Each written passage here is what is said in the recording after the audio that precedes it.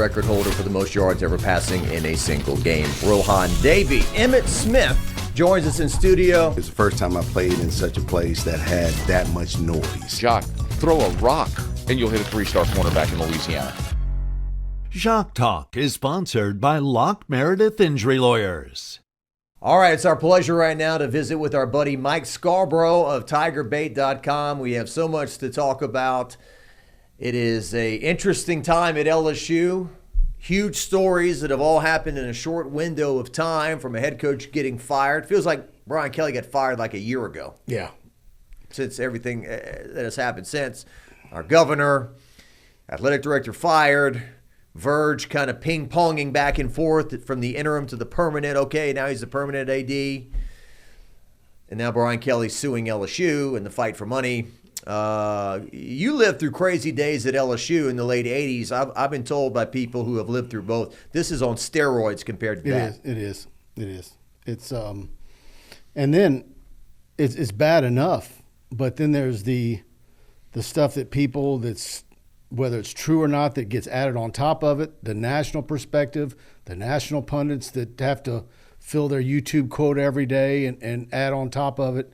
So, and then some of that is off base and piling on, but that perception ends up becoming reality, whether it's factual or not. And so it's a mess. So this coaching search committee and Verge Alsbury, I think, when they start talking to agents and coaches and, I imagine the first part of every conversation is trying to quell the goings-on down here and let them know all's well.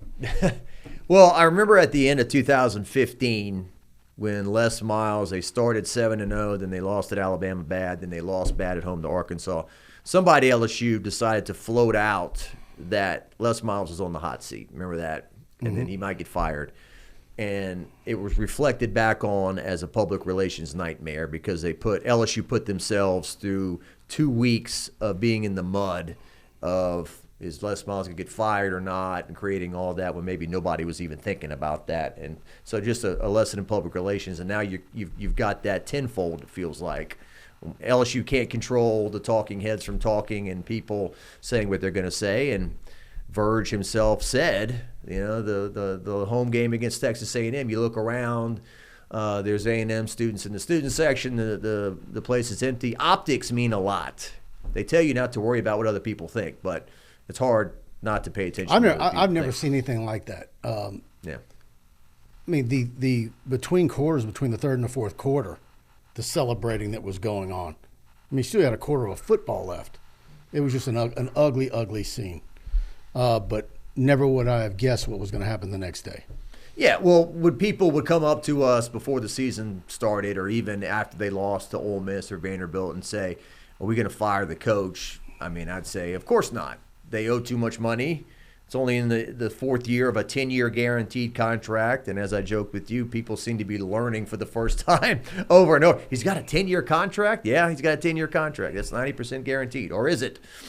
So, we didn't think leaving the stadium that night in the rain that they were going to do it, but they did. We thought it'd be Joe Sloan or Brad Davis or both or whatever the case might be. I thought it'd be 10-20% chance. I mean, but we've been talking about it for months.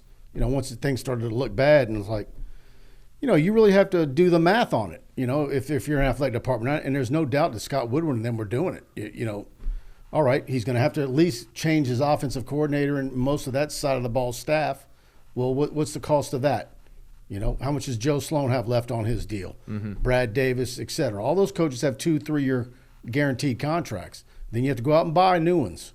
Yeah. On top of that, okay, and you get an extra $9.5 million in savings by keeping Brian Kelly another year. But how much did you add because you had to go out and hire a bunch of new coaches? I heard something, and we're having a conversation here, so I don't know if I'm not reporting it, but I heard something that maybe the assistant coaches, their contracts, they wouldn't be owed if Kelly went first. Meaning if they fired Kelly, then like Joe Sloan was fired after Brian Kelly. So I don't know how that's all going to work out, but it is interesting, the money. I mean, Scott Woodward, we weren't talking about LSU having to pay a $6 million buyout to Scott Woodward, right? That just adding on top of things.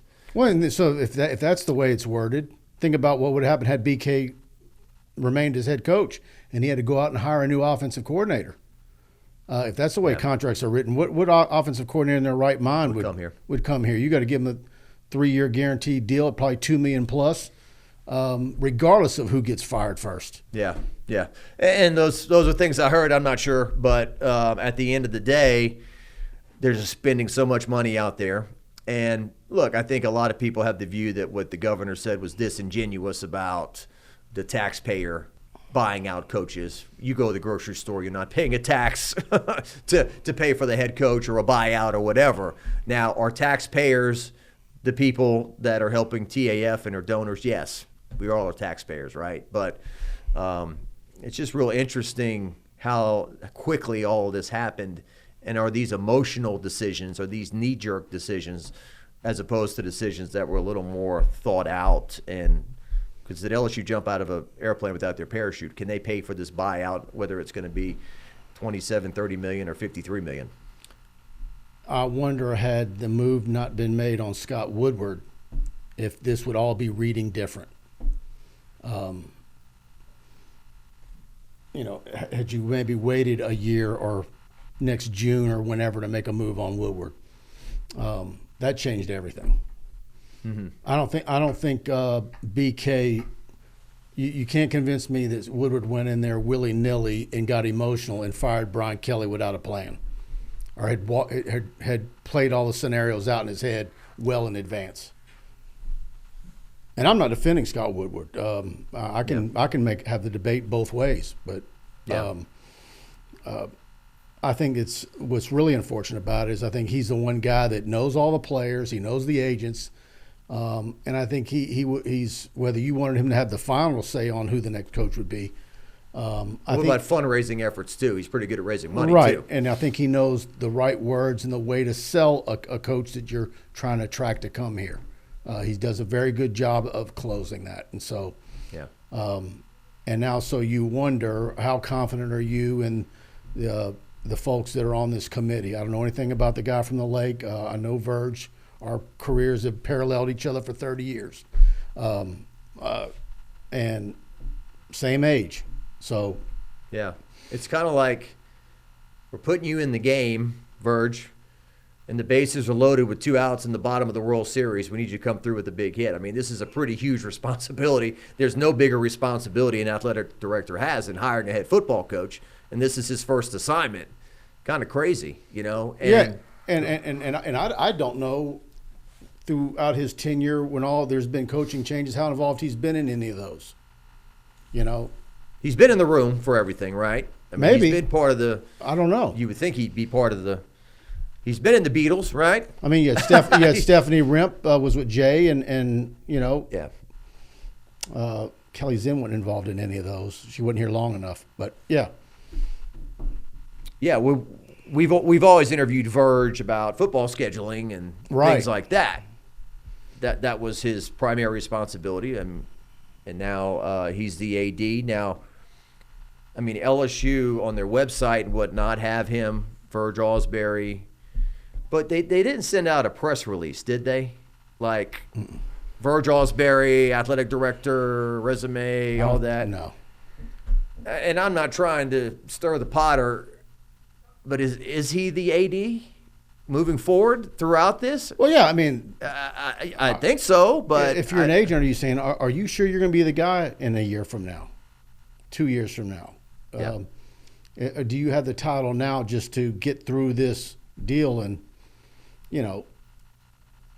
Nick Saban was always the guy that was famous for saying, I need to know who my boss is and who the athletic director is. How many head coaches don't put as much weight in on that? I can tell you their agents do, and they all have the same agents. Mm-hmm. Yeah. Well, you want to know who you're working for. Mm-hmm. You want to know about leadership.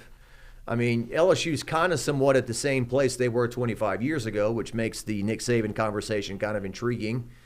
On one end of things, you say that's a pipe dream and he's not going to do it. And then on the other end, people told me there was zero chance Kim Mulkey was going to lead Baylor to come to LSU, and she came. I mean, I'm not comparing a women's basketball spot to a football spot. I know those are much, much different, but it just tells you never say never.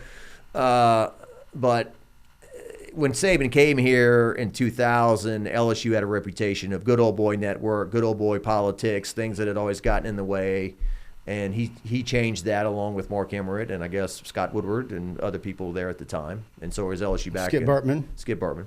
Yep. So is LSU in a similar place now where politics have gotten involved again and somebody needs to step in and do the right thing.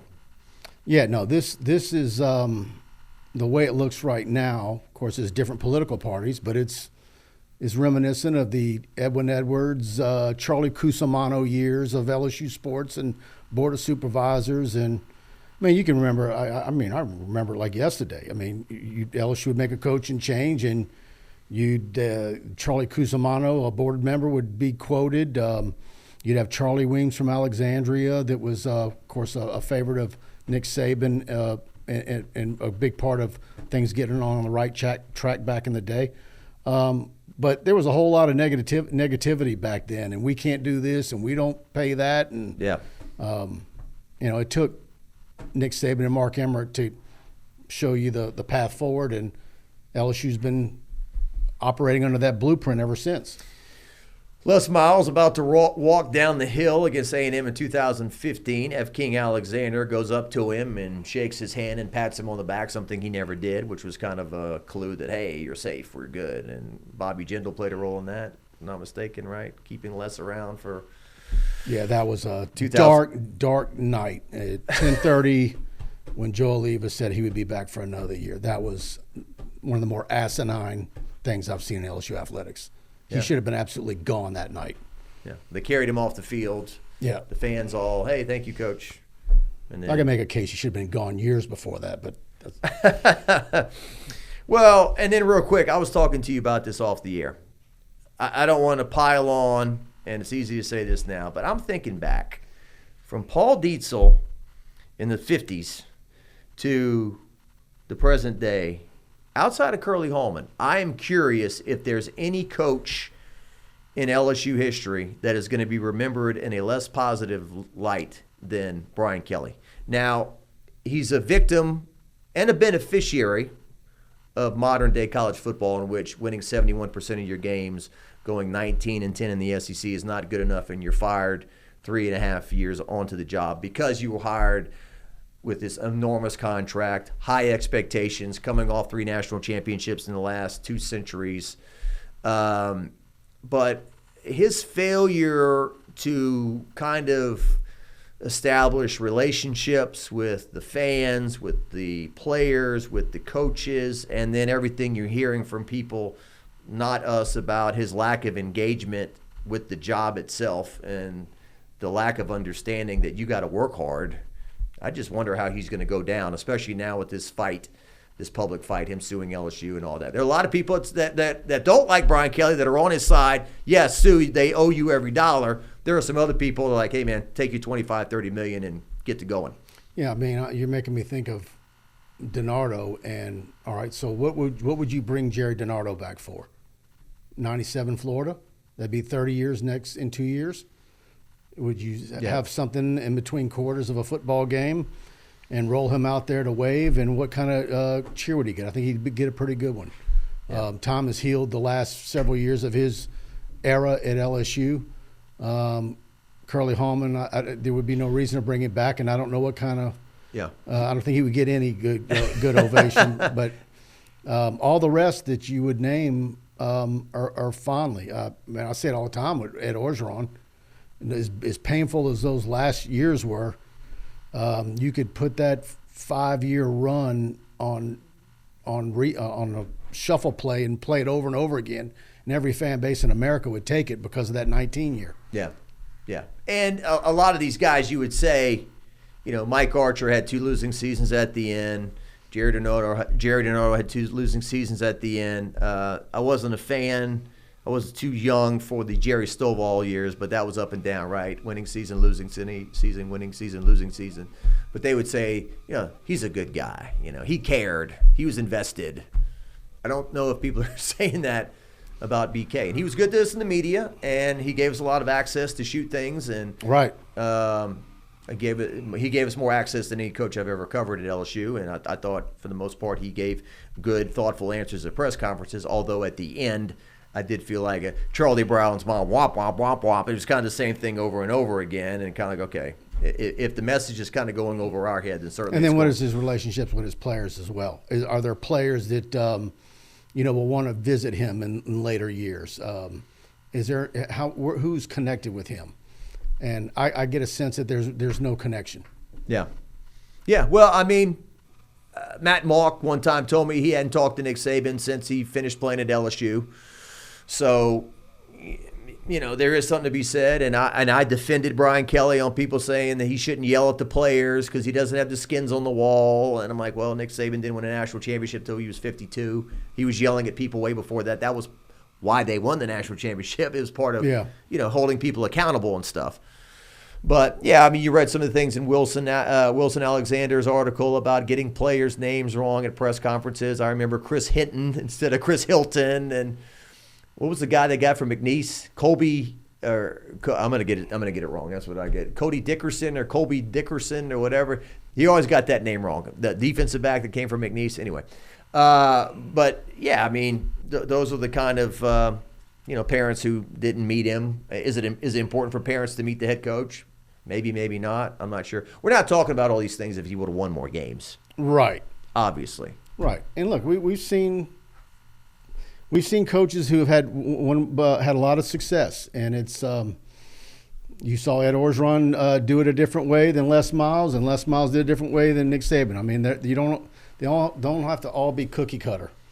But I think one thing you can say about those three, and I think Saban had relationships with more players than others did, and we know who his favorites were. But I think there's a lot of former players who hold Les Miles in high regard, and certainly his assistant coaches and Tommy Moffitt. But I don't know that there's going to be a whole lot of players that are going to say, I hope I get to go by and spend some time with him.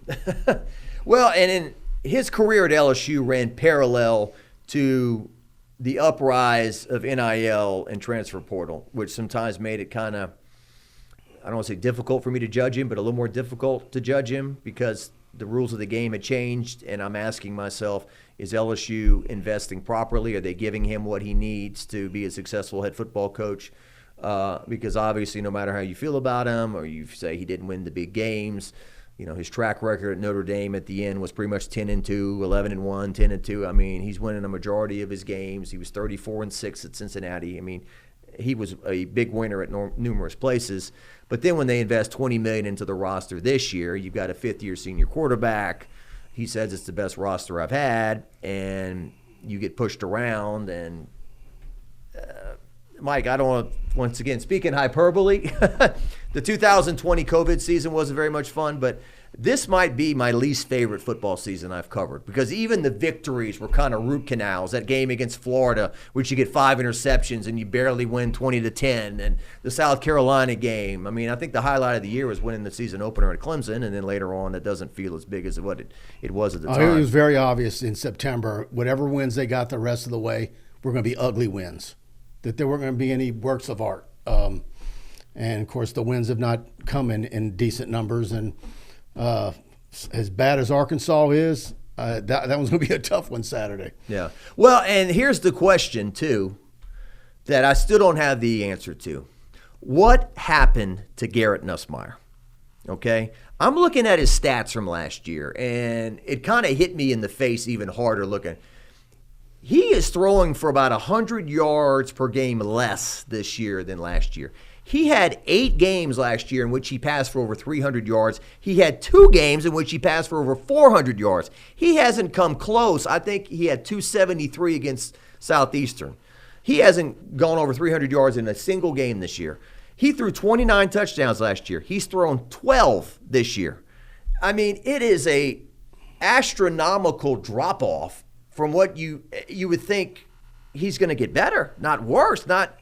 And before the year, I talked to Tommy Hodson. I'm like, well, Garrett's got this much yards to catch you as LSU's all-time leading passer. Oh, he's going to get that easy. I think he needed to average 282. He's not going to catch Hodson. There's no way. So is he still hurt? I mean, he's not still hurt. He was hurt. I think with him, it's a combination of everything: the offensive line, play calling, and I think probably a good problem with him is maybe in the headspace. Yeah, that's just my guess. The pressure of I'm supposed to be. Joe Burrow year 1 to year 2. Jaden Daniels year 1 to year 2. Now Garrett Nussmeier, we're plugging you in. We've got that expectation, that hope on you. The billboards all across town. You're on all the radio ads. You're in the Raising Cane's commercials. You are the face of the team. We built the whole thing around you. A lot of the free agents, so to speak, came here. They said they came here because they felt they were set at quarterback. Maybe it was just the whole thing was just too much. Only he can answer the question, but and that's part of the calculus that a lot of us said, he's a legitimate Heisman Trophy candidate coming into the season. Well, did he put in the amount of work in the offseason on his own that Joe Burrow and Jaden Daniels did between their junior and senior years? Yeah. Did he go out and seek out quarterback gurus and pay them on his own dime and do the extra work? How invested was he in the weight room? We hear a lot about the VR at LSU. How much of that did he do? Did he do as much as he could there? I think Blake Ruffino said it struck him one day. I think Brian Kelly, I don't know, week 3 or 4, said we're going to start Nussmeier on the VR. What do you mean you're going to start him on the VR? I mean, shouldn't he have been doing this a while back? Right. Jaden Daniels lived in there. Well, especially after you see that Jaden Daniels wins the Heisman. Mm-hmm. And look, I think some. And then he says his role model was not Jaden Daniels, but Miles Brennan. Miles Brennan. I haven't seen that clip yet, but you're the second person that's told me about it. He told Gordon that in a sit down. Yeah, it was in the Jeep ride thing. No knock on Miles Brennan, who had some bad luck and had some big games when he did get a chance to play. Had a big arm, was highly recruited. That would not be the guy that I would hitch my wagon. I wouldn't say that out loud, though, right? You don't say. This guy and not the guy that won the Heisman and is one of the best players on planet Earth. Right. I mean, I think some of the LSU coaches maybe didn't want the VR to get too much credit, but I think Jaden Daniels, he started that before the 2023 Mississippi State game. And he went to Mississippi State in Starkville. Was he like 30 out of 35 that day? It was surgical. 31 out of 35, something. And that just started. Yeah, and it could be maybe what he meant, and I'd have to go back and rewatch that clip, was maybe that Miles Brennan was more helpful, and open to him than Jaden was. I could see that. Yeah. I'm not trying to pile on Garrett. I like Garrett. I was really looking forward to seeing him play this year. I thought the addition of Berrien Brown and Nick Anderson and what we saw from Chris Hilton late in the year. But that's all the more reason you need to do extra work because of all those new faces that you got in the portal. Timing and chemistry and those kind of things. And so I don't know the timesheets, but it don't matter what the timesheets are at LSU. What did you do on your own in coordinating with those guys and say, hey, let's go back up to the or let's go to U-High's practice field and do this, whatever. Yeah. Let's tale as old as time. Tommy Hodson and Wendell Davis. Why were they so good? Because they worked hours together and they could sense the moves before they happen. Tommy could sense he's about to break out. Let me let it fly before he makes his break, or in or out, or whatever the case may be. And certainly now Aaron Anderson, every time he catches a Nussmeier ball, he's got a shoulder or an elbow. He's getting hung out to dry. The balls are late. They're high. It's like Aaron Anderson could point to every bobo on his body and say it's Nussmeier's fault.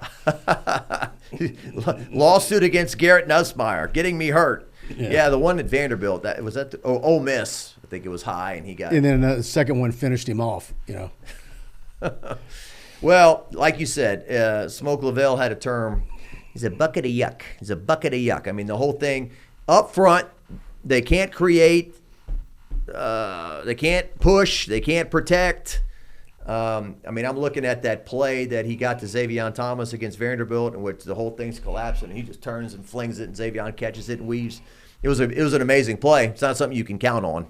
Not something you can hang your hat on. Right. I mean, what do they do well besides throw the ball to Trey Green?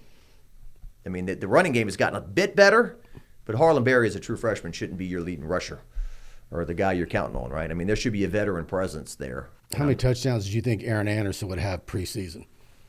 Well, he was the MVP of the team last year, in my opinion. Yeah. I mean, 10 at least, right? Yeah. What does he have now? 0 still? Have they gotten him in the end I zone? think he's still 0. Not good. The coaching search. So they say there's a term called sugar-coated. I think the opposite is true of the LSU job. On the outside is the poo-poo going on right now, but the coach has to look to the inside and say it's still LSU. Yes. It's still Tiger Stadium. It's still Louisiana.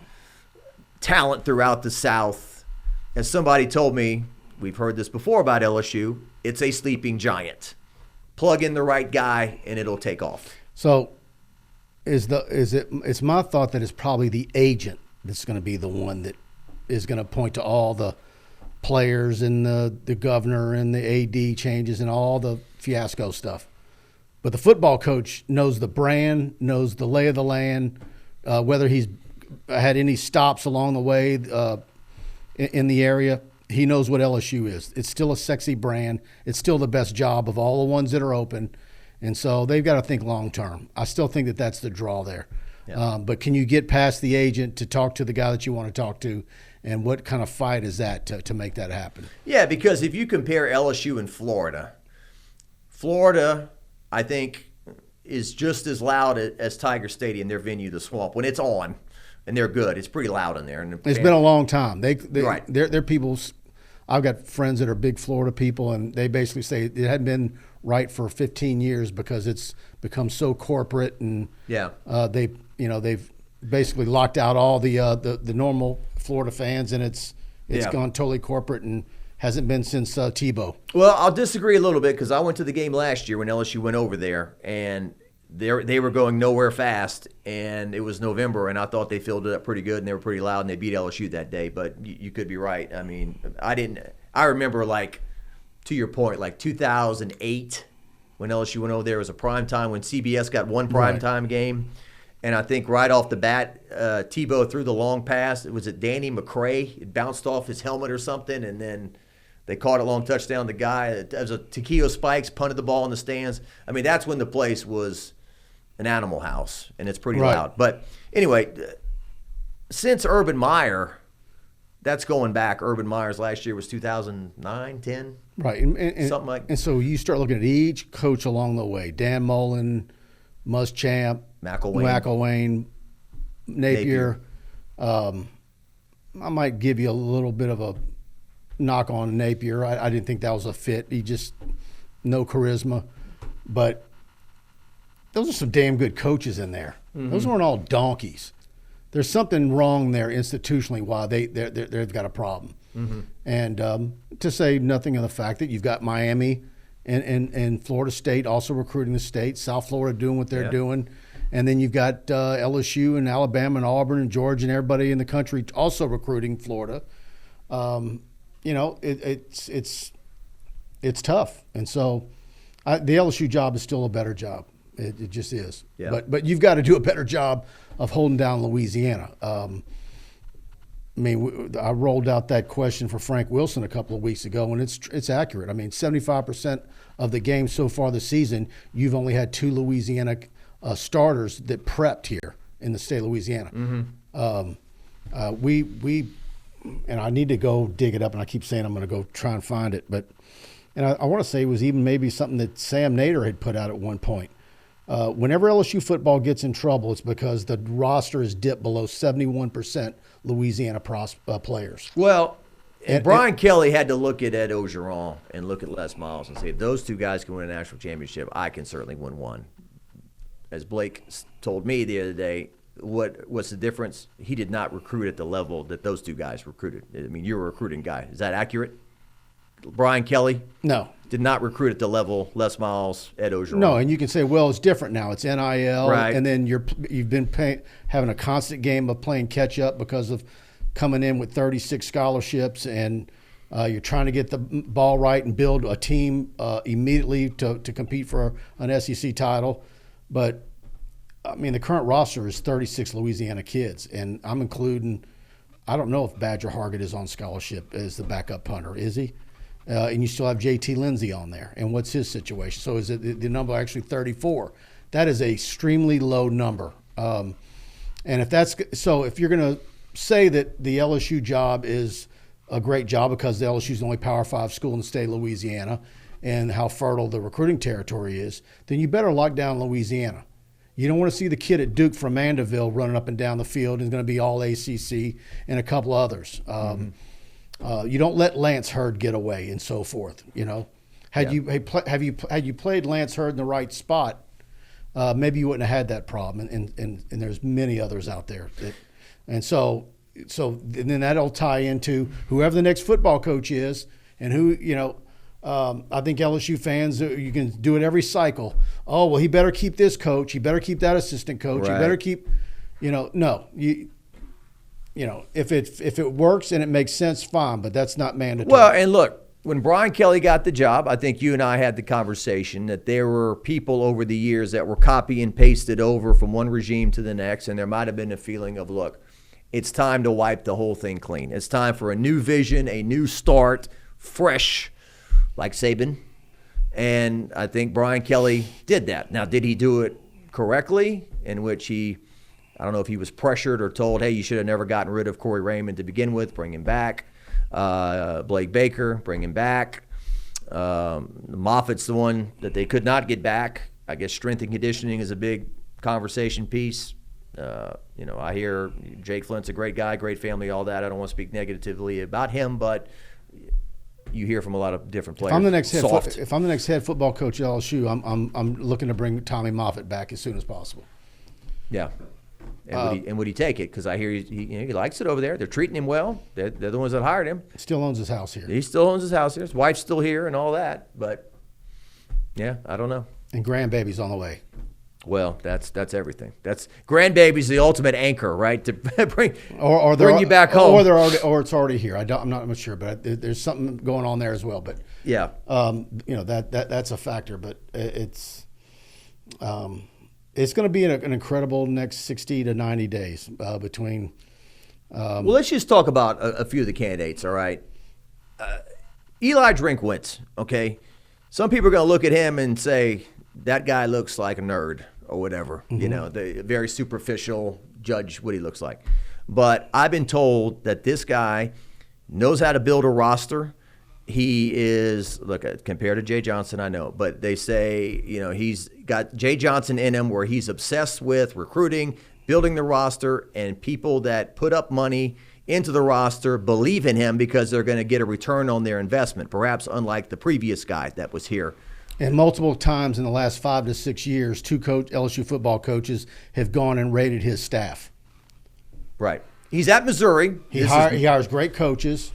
I heard a local host dinging him the other day because how weak his non-conference schedule is. But I'm sorry, man. If I'm at Missouri, I'm scheduling the exact same way. Mm-hmm. I'm playing Bowling Green in my opener. I'm not scheduling Clemson in my opener. Right. Not at Missouri. Right. And you can make the case whether you should be doing that at LSU. But now that you've won one, maybe you feel a little bit better about it. But it's been a while. To me, he's doing exactly what Lane Kiffin's been doing at Ole Miss. He's been winning the games he's supposed to and losing the games he's supposed to. And so people will say, well, look at his record against top 10 teams. Look at his record against top 25 teams. All right, well, yeah, let's go look at him. And I went and looked at him the other day, and I should probably be able to cite him. But they're all on the road. Georgia. They're all teams ranked higher than him. Mm-hmm. Beat Ohio State in that bowl game, right? A couple years back. And so what has Lane Kiffin done? He's won the games he's supposed to.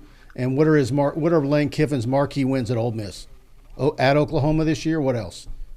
I haven't really broken it down. I mean, they beat LSU when they were third or fourth in the country, but we've seen how LSU's season's gone. But if he continues to do that Ole Miss and he never wins an SEC championship or a national championship at Ole Miss, and he continues to win 10 games every year. Well, that's the debate. 9-10 games. He's gonna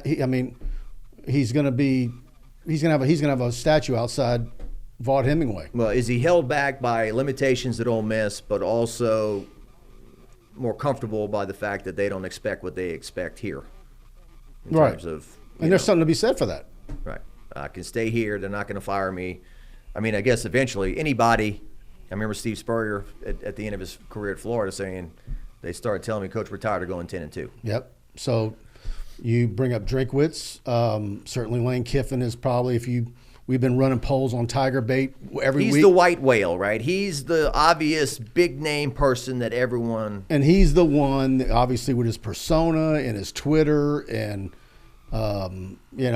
his sly smile and his charisma that, I mean, the fans would just go berserk here for him. Oh, I can envision. Can you imagine him in Tiger Stadium wearing a purple hoodie and LSU scoring a touchdown and him giving one of them fist pumps or whatever? I mean, people would eat that up. They'd love it.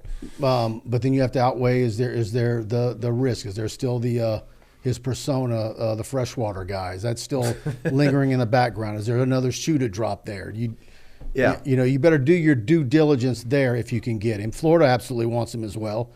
And he's having the same effect at Ole Miss that Nick Saban had at Alabama. Increased enrollment of students and what he's done to their campus. And so I don't think it's going to be a money thing. So if they're offering him 13 and a half right now and LSU and Florida come in at 14, 15 million, they're not going to let him get away for $1.5 million. He's going to have the calculus that I want to go see if I can do it at LSU, and that gives me an opportunity, like the same reason why BK left Notre Dame. Would he hire Ed Ogeron as an assistant? That's been out there, that he would absolutely, Golden would be his DC, and then don't be surprised if Ed Ogeron would be his defensive line coach. That'd be amazing. And I think Ogeron would absolutely take it. Yeah. But you've got him, Drink, Brom at Louisville. I see that they gave him an extension today. They're talking about it. Yeah. That hasn't happened. Now, there's a number of these guys who are at their alma maters, right? So Yeah. it's the guy at Louisville, the guy at Arizona State, Clark Lee at Vanderbilt. Right. So there's a dynamic you're kind of working against there. Right. Yeah. And Josh Heupel's also in the mix at Tennessee, I think. Oh, Darren DeQuano would not like that. Yeah, so not a big Josh Heupel fan. No, and so I mean, nobody gives a damn what us in the media think, but yeah, that would be that's. Yeah, he's not. I mean, That he's a boring. good offensive mind, but yeah, Boring, man. Oh man, well, he was the head coach at Central Florida when LSU played him in the Fiesta Bowl at the end of 2018, and not electrifying television. I'll just say that. But really, if you go down the list of all those names, who's the charismatic press conference guy that is going to be destination? I got to watch the whole 30 minutes of that presser. Yeah, well, that doesn't mean anything. There's only at the Lane end of the Kiffin. day. Yeah, and even he can have some boring press conferences. yeah, and look, that doesn't matter at all. Win, and winning is not 8-4. Right. So Clark Lee, he's not very exciting watching his press conferences, but his teams are fundamentally sound. He maximizes his talent. I think he'd be a winner too. Just a matter of if he'd leave Vanderbilt a lot. Leave Vanderbilt. Speak English. John Summerall at Tulane. Do you just the fans turn their nose up? We can't hire the coach at Tulane, just like we can't. I don't think so. But that first week, he's playing on Thursday night against UTSA and gets wiped out. But then he beat Memphis last week. That was a big win. They went on the road, top 25 team, and won. And he's 7-2 at Tulane. I don't discount him if it goes down there. I mean, you can. The New Orleans media say he's the real deal, and if you don't hire him, somebody else is going to hire him. So we'll see. I like him. I like him. I absolutely disagree with comparing him to the Napier thing years ago. Yeah. And Billy Napier's a nice guy, but man, it's not just us in the media. It's man, how much is the Rotary or the Kiwanis going to be beating down the door to have somebody come speak like that? I'm sorry. Yeah.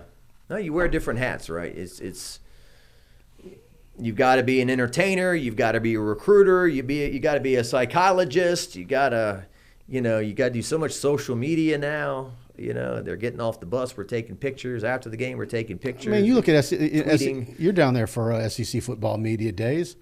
I mean, everybody's wanting to see what's going to happen with Kiffin and then is he going to show up on Feinbaum's show, and that's going to be the fun thing of the week.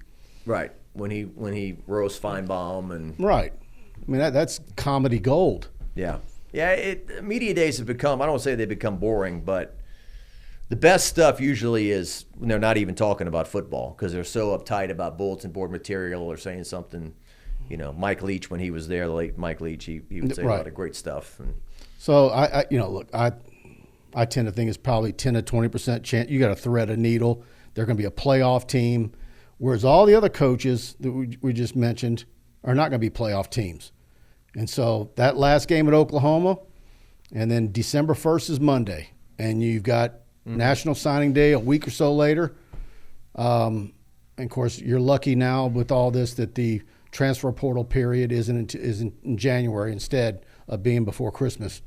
That's an advantage. But all those other coaches can be ready to go, and so that's a plus. Well, it's an unfortunate thing that we talk about LSU football all year and we look forward to it, and they only play 12 games, and there's 3 games left, and these 3 games are really taking a back seat to who the next head coach is going to be. This tug of war between Brian Kelly and LSU, that's unfortunate that you got 3 games left, and I think you're ready to turn the page. Oh, I already have. First of all, it's been painful to watch. What are you playing for? What bowl game? And unfortunately, that's another casualty of NIL and the transfer portal. And the playoff. Your fans are not connected. Your fans are not connected to the players anymore because they'll up and leave. They just got here. It's a money play. Players for hire. It's pro football. Mercenaries. And it's, so when you say, but it's senior day. All right, well, how many of those seniors, have you done the numbers yet? How many of them are actually signed with LSU out of high school?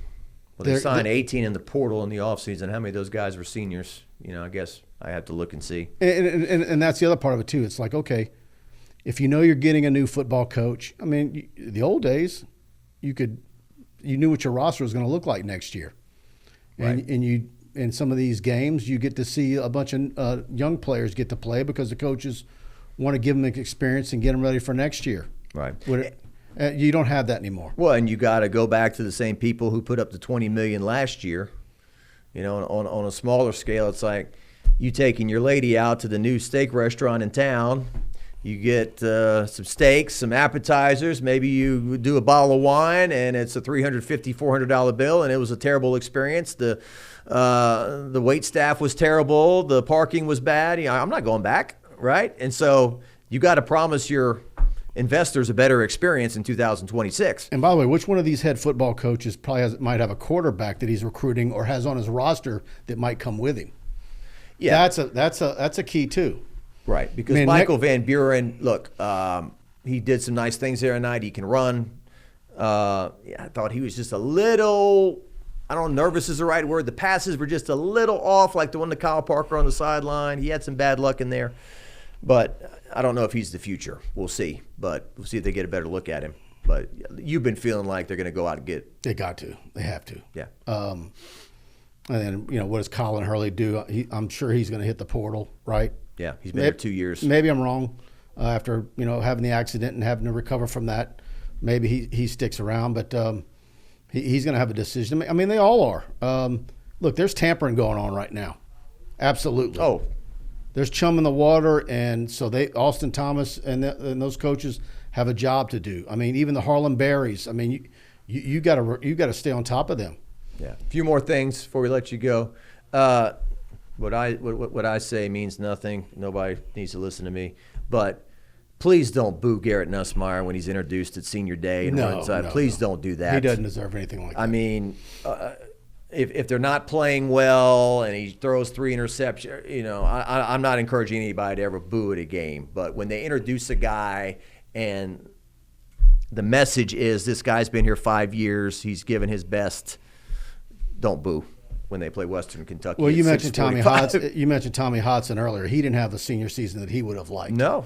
He even told me during the earthquake game when he throws the pass to Eddie Fuller and he puts his hands up, he said, yeah, that was for us. That wasn't for you in the student section because they'd been booing them throughout the night. Even when they won the SEC championship in '88, the offense was up and down.